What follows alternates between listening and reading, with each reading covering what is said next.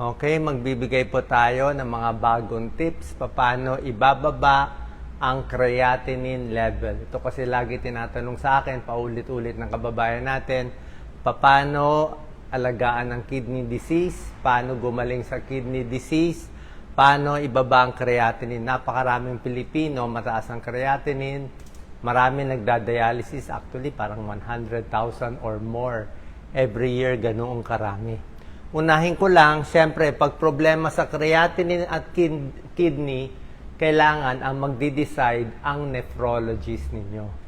Ang kidney doctor ninyo, kailangan pupunta kayo, nephrologist. Itong mga ituturo kong gamot, mamaya, guide lang yon. Pero yung nephrologist nyo lang ang kaya magbigay ng tamang gamot kasi masyado maselan. Mahirap siya, may stage 1 hanggang stage 5. Kanya-kanyang stage, minsan pwede, minsan di pwede. Yung akin, guide lang po. Okay? Nephrologist pa rin, pupunta, wala pong ibang lusot eh. Pero at least maintindihan nyo ano yung nangyayari. Pag tumaas ang creatinine, maraming dahilan. Pwedeng may sira yung kidneys. Yun ang pinaka-common, nasira ang kidneys dahil madalas sa diabetes, hindi ginamot, dahil sa high blood o dahil may kidney stones, minsan pwede rin yun. Bihira naman, meron din pagkakataon na sisira yung kidneys na dehydrate, pero medyo bihira. Meron naman nasira yung kidneys dahil sa pain reliever. Diba sinasabi ko sa'yo, ingat tayo sa mga mefenamic acid at iba pang pain reliever. Nangyayari din yon, although hindi ganoon ka-common. So, ang creatinine, waste product yan ng katawan natin. Okay, yung kidney siya na nag-filter ng creatinine. So, pag nasira kidneys natin, mag-iipon ng creatinine sa dugo. Ito ang normal creatinine level. Sa lalaki, sa babae, mga ganyan. On the average, 0.6 to 1.2 sa lalaki milligrams per DL, 0.5 to 1.1. So, mga ganyan, 1.2, 1.1. Pag tumaas dito sa number na to, umabot na mga 1.5. Ganon, kabado na tayo, mataas na yun eh. O, dapat mga 1.1, gusto nga natin mas mababa pa. So, minsan kasi, pag tumaas po yan, mahirap na ibaba. Parang stage yun eh. Pag nag 1.5 na siya, mahirap na ibaba sa 1. Pag umabot na siya ng 2 o 2.5, mahirap na siya ibaba sa 2. Pag umabot na siya ng 3, mahirap na siya ibaba. Para siya hagdanan pataas ng pataas. Kaya gusto natin, mababa lang siya. Tuturo natin. Ito yung mga basic technique, mamaya tuturo ko. Tubig, sapat na tulog, iwas sa sobrang exercise. Isa-isahin natin. So, yan ang mga possible causes, kidney disease, heart disease, sobrang exercise, pwede rin mag-kidney failure. Yung mga sobrang jogging na malalayo, mga running sa init ng araw, yung mga hazing, yung nabubugbog sa hazing, nasisira din yung kidneys. Kasi po, pag binugbog yung muscle, nadudurog yung muscle protein yun. So, pag protein, sobra dami, nadurog yung muscle, ayaw lumabas sa kidneys, masisira kidneys. Ayaw ng kidneys na maraming protein. Protein sa karne, masyado marami, ayaw ng kidneys. Protein, dahil nadurog yung muscle, kakabugbog sa bugbog man o sa exercise, kasi nabubugbog din yung muscle, ganon din. Actually, sa massage, safe naman. Pero ako, nag-iingat ako. Pag nagmamassage ako, lalo na pag nag-hard massage. Pag hard massage kasi, pwede masira din yung mga muscle. Symptoms ng kidney disease, syempre mahina na umihi, namamaga, sumasakit ang ulo, naha-high blood. May stage ng kidney disease, 1, 2, 3, 4, 5, ayan. Pag stage 1, medyo baka normal creatinine o medyo tumataas na. Stage 2, stage 3, mas mataas pa yung creatinine. Yung stage 4, halos papunta na sa dialysis, mataas na creatinine yan. At may stage 5 pa. Actually, may ibang test pa ginagawa yung doktor. Tayo lang para shortcut, creatinine na lang basis natin. Yan, no? Tumataas ang creatinine, depende sa stage. Yan. So, pag umpisa ka pa lang, siyempre, ganito tayo, mga no smoking, no alcohol, healthy pagkain, ayan, no? Pag stage 2, stage 3, ayusin na gamot sa high blood, sa diabetes. Stage 4, stage 5, ayan, dialysis na siya. Nagpro-progress kasi siya. Gusto natin mabagal. O baka possible, bali mo, bumaba pa konti. So, depende sa stage ng kidney, yun din ang pwede at bawal kainin. Ito yung medyo complicated dyan. Ayan. Number 1, tubig pa rin talaga. Healthy, hindi healthy, bawal dehydrated. Kailangan maraming tubig iinumin natin. Minimum 8 glasses of water. Pag yung mga stage 1, stage 2, o yung misa nga stage 2, stage 3, depende sa kidney doctor niya, papainumin ka at least 3 litro. Ideal, mga 3 liters, 12 glasses of water in a day, ihi ng ihi, inom ng inom para hindi tumaas ang creatinine. Yan ang isang strategy. Pero doktor niyo magsasabi. Tulog, kailangan sapat. Pagpuyat, hindi rin maganda. Sobra exercise, ingat din. Sobrang pagod, nahihirapan ng kidneys. Baka madurog din yung mga muscle natin. Yan, no? Tapos, itong mga pagkain, tanong nyo sa doktor nyo. Pero bibigyan ko lang kayo ng guideline. Basically, yung bawas alat, lahat naman dapat bawas alat eh. Obvious yun, bawas alat. Ngayon, bawas alat, lahat pwede bawas alat. Bawas protina, halos lahat din pwedeng bawas protina. Pag mataas creatinine, bawas alat, bawas protein. Protein, yung karne, mas konti. Kung pork chop, maliit lang. More giniling, hindi pwede yung steak na napakarami. Ang pwede rang gulay, prutas, isda, mas okay yon.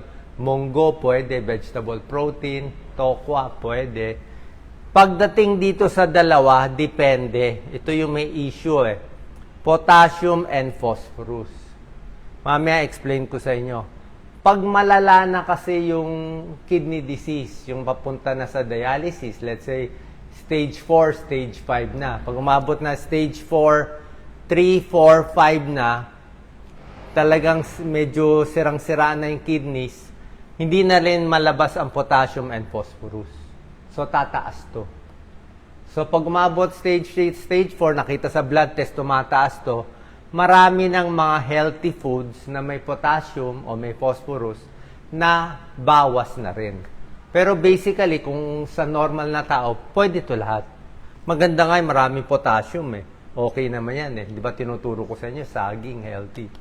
Kaya lang yun na nga, pag sirang-sira na yung kidneys, iba ng usapan yan. Low salt. Lahat yan, kailangan low salt para bumaba blood pressure, hindi magmanas. For everyone yan. High protein for everyone. Yan, ang bawal malalaking karne. Pag maraming karne, parang napapagod ang kidneys. Nahihirapan siya. Tsaka maraming protein, mas tumataas yung creatinine. Tingnan nyo, baguhin nyo lang yung diet nyo. Tanggalin lang to, bawasan, tanggalin lang to. Baka bumaba creatinine nyo bigla, magulat kayo.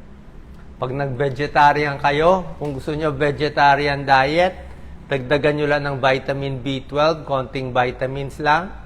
Paalam niyo sa doktor niyo, baka biglang bumaba creatinine niyo, magulat kayo. Merong ganyan, no? Yan, no? Healthy lang, o lemon lang, orange lang. Ayan, no? Pag talagang bawas mantika, kaya may mga doctors nire-recommend vegetarian diet, eh, kung kaya. Pero kung gusto niyo konting karne, konting isda, pwede rin naman. Plant-based food, ito yung sinasabi natin, vitamin C rich, hindi bawal yan. Baka makatulong yan, baka bumaba creatinine nyo. I-check nyo. Pag pumayat konti, biglang ayusin nyo pagkain nyo, bawasan chichirya, bawasan yung mga alat. Yan, no? Bawas alat. Tamang isda, yan, konting protein, maraming gulay. Basahin yung label kung masyado maalat o matataba. Ito ang issue, phosphorus at potassium. Like itong potassium, healthy ang potassium eh. Potassium, saging, patatas, gulay, lahat yan, healthy. Pero yung nga sinasabi ko, para lang doon sa grupong stage 3, stage 4 na mataas na talaga creatinine, tumataas potassium, pinabawasan na rin siya. Okay? Pati phosphorus din. Pag tumaas na rin to, bawas na rin. Phosphorus, mga soft drinks eh. Ayaw naman natin soft drinks eh.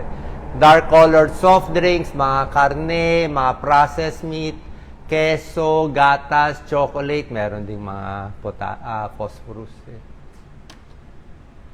Ito talaga naman nililimit Dark colored soda. Di iwas tubig na lang tayo. Lahat ng junk food, alat Pickles, olives, maalat Dairy products, actually healthy naman dapat. Pero yun na nga, pag malala, paalam nyo muna sa doktor nyo. Processed meat, mga karne, bawas lang.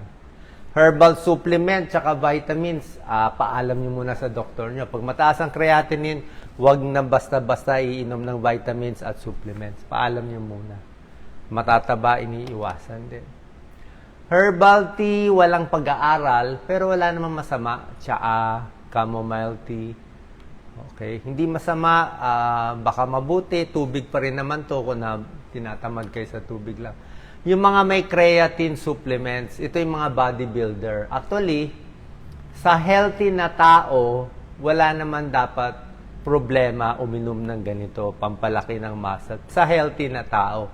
Pero pag tumataas na ang creatinine nyo, may problema na kayo sa creatinine, mas maganda wag na lang. Nakakataas rin to ng creatinine. Protein kasi siya. Yung mga protein shake, protein bar, protein drink, yung mga high protein.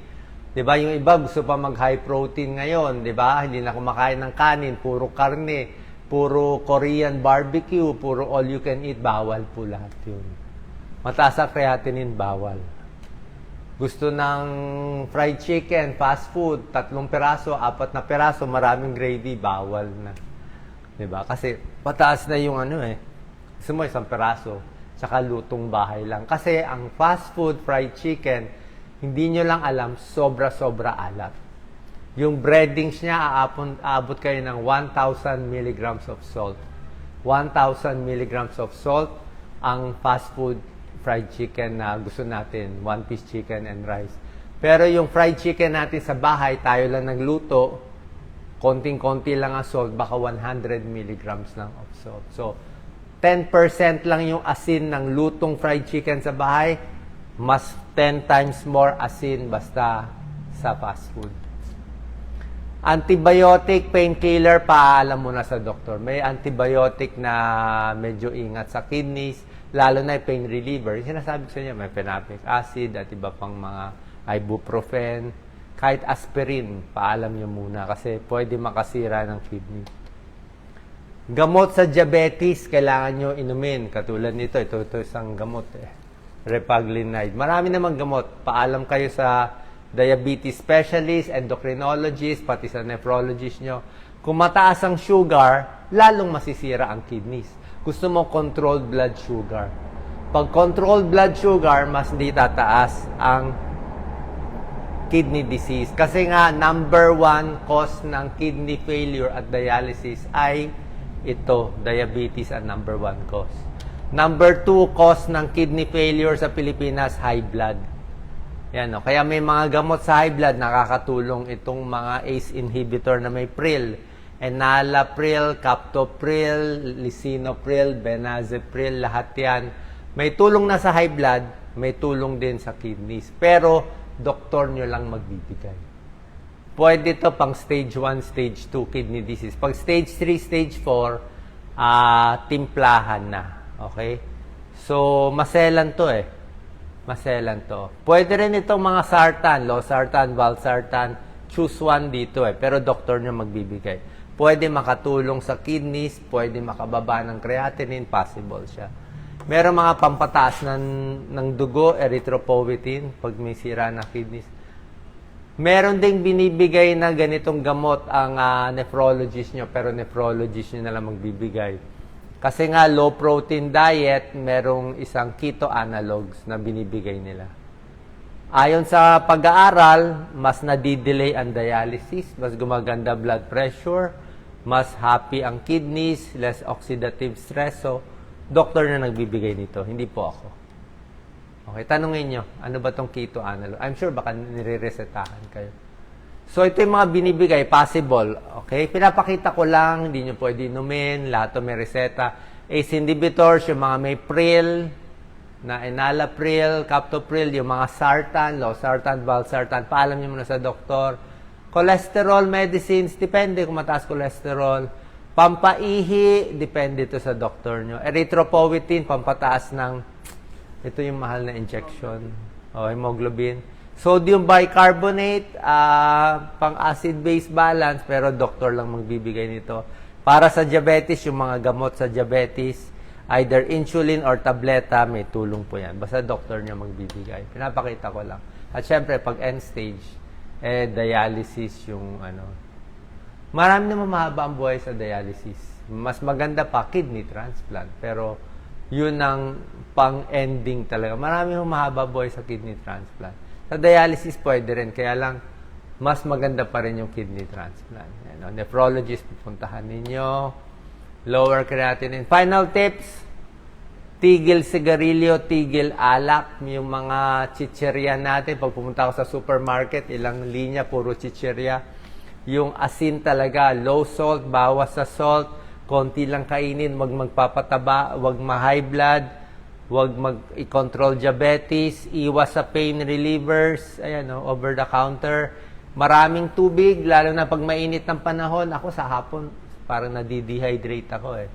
Control diabetes and maintain healthy weight. Sana po nakatulong to para sa mataas ang creatinine. Punta tayo sa nephrologist nyo, siya ang masusunod. Yung akin ay guide lang po para maintindihan nyo yung binibigay na gamot at may guide kayo sa mga pwedeng kainin at bawal kainin.